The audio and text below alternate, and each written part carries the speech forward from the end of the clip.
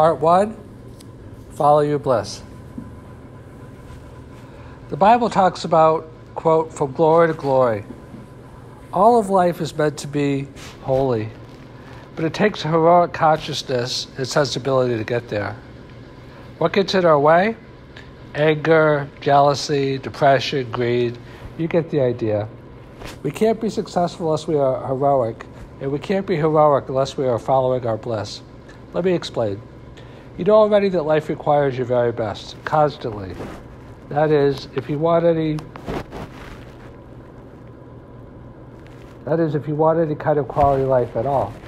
There are so many talented, hardworking people out there that if you give in to negative emotions and habits such as laziness, pettiness, resentment, anger, jealousy, and the like, how will you possibly hope to compete against those who are working hard without using those negative emotions? It is heroic to be able to work hard constantly and at the same time put away all of these negative emotions. Sometimes we use these negative emotions as motivation to drive us to work hard. I'll show them kind of thing. At a deep level, we are afraid that if we put away these negative emotions, we'll have no real deep-seated reason to constantly work hard. If we're content, if we're happy, why would we want to work hard to do anything? It's kind of a paradox. To be successful, we have to be perfectly contented from one perspective, but wanting more from another.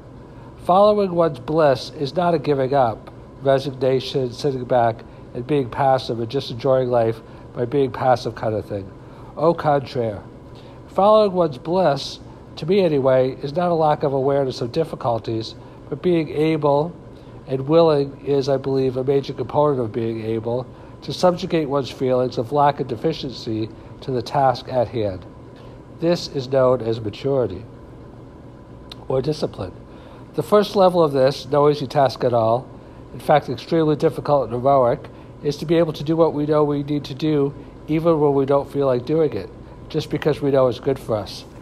Such as being a reliable and productive employee, husband or wife, and parent. People are heroes who can do those things consistently because no one ever feels up to the task sometimes. Every day, sometimes more and sometimes less, there's an urge to just pack it all in, curl up in a ball, and cry. Admit it, you've been there too. Small things can help a lot.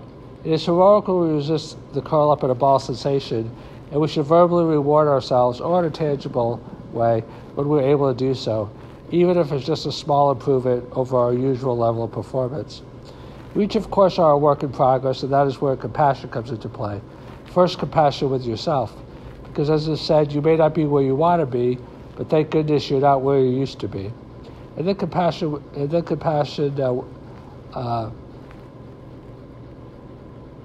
with yourself. As you start to get your arms around your own difficulties, remaining constructive at all times, it is easier to find more compassion also for others. Not that you just let people do whatever they want as they relate to you. That wouldn't be good for them or for you.